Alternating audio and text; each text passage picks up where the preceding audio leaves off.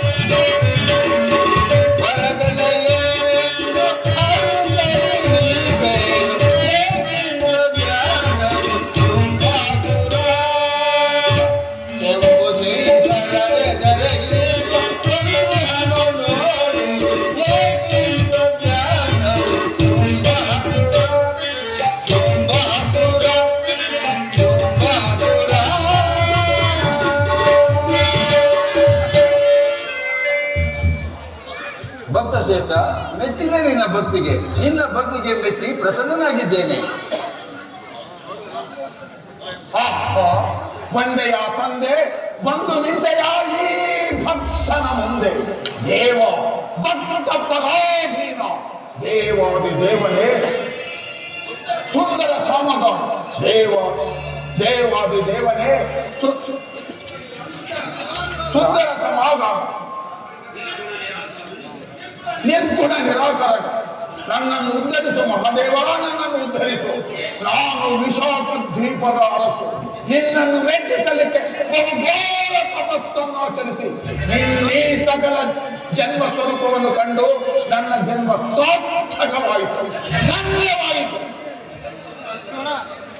ಶುಂಭಾಸುರ, ನಿನ್ನ ಅದ್ಭುತ ತಪಸ್ಸಿಗೆ ಮೆಚ್ಚಿದ್ದೇನೆ. ನಿನಗೇನು ಬೇಕು ಕೇಳು.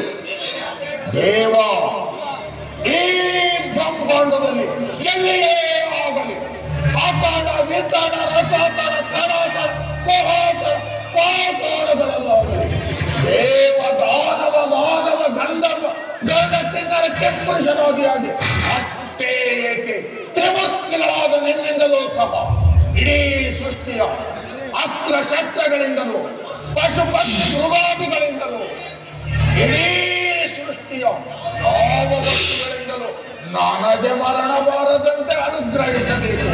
ಹಾಗೆಯೇ ಶಿವಶಕ್ತಿ ತುಂಬಿರುವ ಒಂದು ಮಹಾಸ್ತ್ರವನ್ನು ಸಲ್ಲಿಸಬೇಕೆಂದು ನನ್ನ ಕೋರಿಕೆ.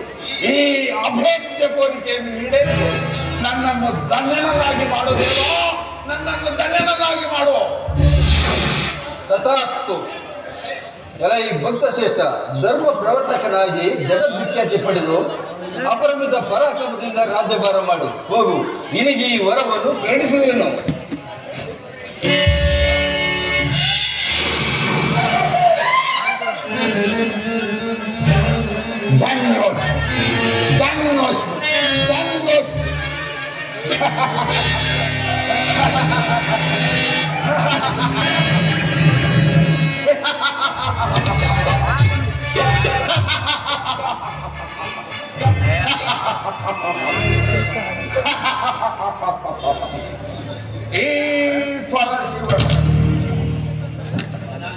ಈ ಪರಶಿವನು ಎಂದು ಯಾರೋ ಎಲ್ಲಿಯೋ ಕಂಡರಿಯದ ನನ್ನ ಮಹೋನ್ನತ ಕೋರಿಕೆಗಳಿಗೆ ತಥಾಸ್ತು ಎಂದು ಬಿಟ್ಟರು.